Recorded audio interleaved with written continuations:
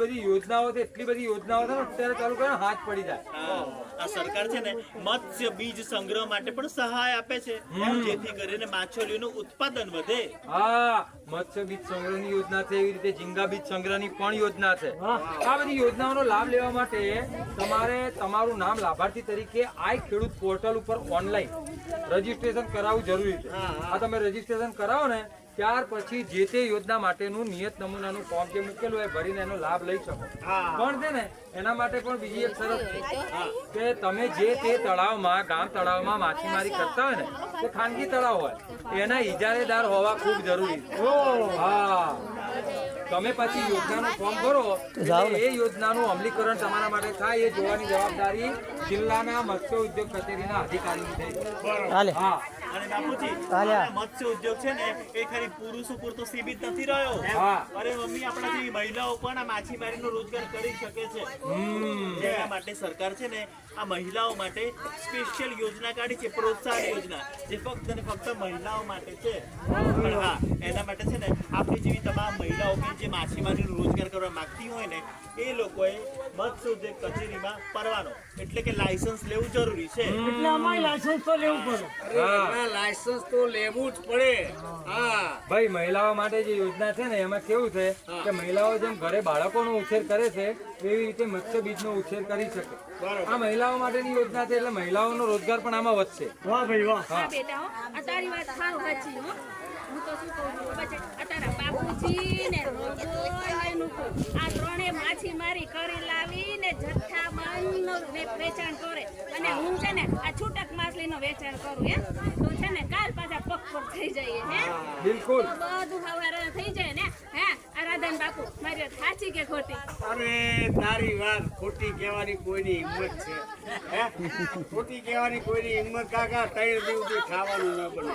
અરે આને આમે જો તું બહાર માછલી વેચાણ કરવા જાય બરોબર, એટલો ટાઈમ તું ઘરે ના હોય એટલે મારું ચોખા મળતું ઘટી શું જાય. કહ્યું? અરે આ નકોર, આ બીજી કઈ યોજનાઓ છે કે જે આપણા માછીમાર ભાઈઓને વધુમાં વધુ લાભ કરાવે છે? કાકા છે, બહુ યોજનાઓ છે. હા. આપણે ધારો કે માછીમારી કરવા જઈએ તો શેની જરૂર પડે? બોટને બોટને તો કઈ રોજ નુકસાન થવાનું ના નથી થાય. ભાઈ, વારે વારે જરૂર પડે. આપણે નેટ તૂટી જાય, બગડી જાય, કપાઈ જાય બરોબર. તો આપણે ધારો કે 3 બોટની માછીમારી કરતા હોઈએ તો એની ઝાડ લેવા માટે પણ સહાય મળે છે, એની યોજના છે. અને આપણે FRP એટલે કે ધારો કે ફાઈબરની બોટથી માછીમારી કરતા હોય તો એની ઝાડ લેવા માટે પણ સહાય મળે છે, એની પણ યોજના છે. હા, બહુ સરસ. અને બાપુજી, આ સરકાર માછીમારી માટે ફક્ત તાલીમ સહાય કે યોજના નથી આપતી, તાલીમ પણ આપે છે. ઓહો, શું વાત કરે. તાલીમ બી આપે. અનુસૂચિત જનજાતિના તાલીમાર્થીઓને તાલીમ મળે છે, અનુસૂચિત જાતિના તાલીમાર્થીઓને પણ તાલીમ મળે છે.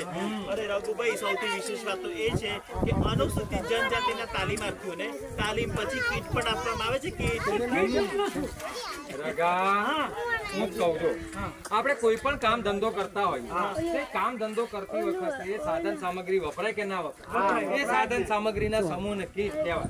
હવે આપણો જે માછીમારીનો ધંધો છે એમાં જે સાધનો વપરાય છે ને એ સાધનોમાંથી અમુક સાધનો ભેગા કરી અને આપણને મત્સ્ય ઉદ્યોગ ખાતા દ્વારા આપવામાં આવે કીટ. હા, એટલે એને કીટ કહેવાય. હવે સમજાવો કીટ કોને કહેવાય. અને કીટની સાથે સાથે છે ને આ તાલીમાર્થીઓ પછી તાલીમના જે માછીમારો હોય ને એ લોકોને સ્ટાઇપેન્ડ અને શિષ્યવૃત્તિ પણ આપે છે. એટલે પૈસા રૂપિયા ફરિયા શું વાત છે. એટલે એ કેવું છે કે રગાભાઈ, તાલીમ તો છે ને બધાએ લેવી જ જોઈએ. હા, નવા માછીમાર બનવા માંગતા જે માછીમાર ભાઈઓ હોય, યુવાનો હોય, એમનો રોજગાર આનાથી વધશે. અરે કાકા, આનાથી પણ વધારે તમારો ધંધો વધારવો હોય તો તમે તમારા તળાવની અંદર ફિશ કલ્ચર કેજ લગાવી શકો છો. અને તમારે આ મત્સ્ય બીજની એક જગ્યાએથી બીજી જગ્યાએ હેરાફેરી કરવાની થાય, ટ્રાન્સપોર્ટેશન, એના માટે પ્લાસ્ટિકના કેરેટની જરૂર પડે. એ ખરીદવા માટે પણ સરકાર સહાય આપે છે, એની પણ યોજના છે. અને કાકા, આનાથી વધારે આગળ કેન્દ્ર સરકારની જે ઘણી બધી યોજનાઓ બધા માટે હોય છે, દેશના નાગરિકો માટે, એવી એક સરસ મજાની યોજના આપણા માછીમાર ભાઈઓ માટે, એનું નામ છે પ્રધાનમંત્રી મત્સ્ય સંપદા યોજના. આ આપણા માછીમાર ભાઈઓ માટેની જૂથ વીમા યોજના છે. બરાબર? એ ધ્યાન આવો. માછીમાર ભાઈઓ માછીમારી કરતા હોય એ સમયે ના કરે નારાયણ અને કદાચ આકસ્મિક અવસાન થાય, કદાચ અપંગતા આવી જાય, કદાચ માંદગી દરમિયાન તબીબી સારવાર અર્થે જરૂર પડે તો જે તે નોંધાયેલા લાભાર્થીઓને આ યોજનાનો લાભ મળે છે. એ લાભાર્થી ઓનલાઈન આઈ ખેડૂત પોર્ટલ દ્વારા નોંધાયેલા હોય અથવા તો મત્સ્ય સહકારી મંડળી દ્વારા સાથે જોડાયેલા હોય એમ નોંધાયેલા હોય અથવા તો જિલ્લાનું જે મત્સ્ય ઉદ્યોગનું ખાતું છે એની ઓફિસ જે હોય ત્યાં સીધે સીધા સંપર્કમાં હોય તો એવા તમામ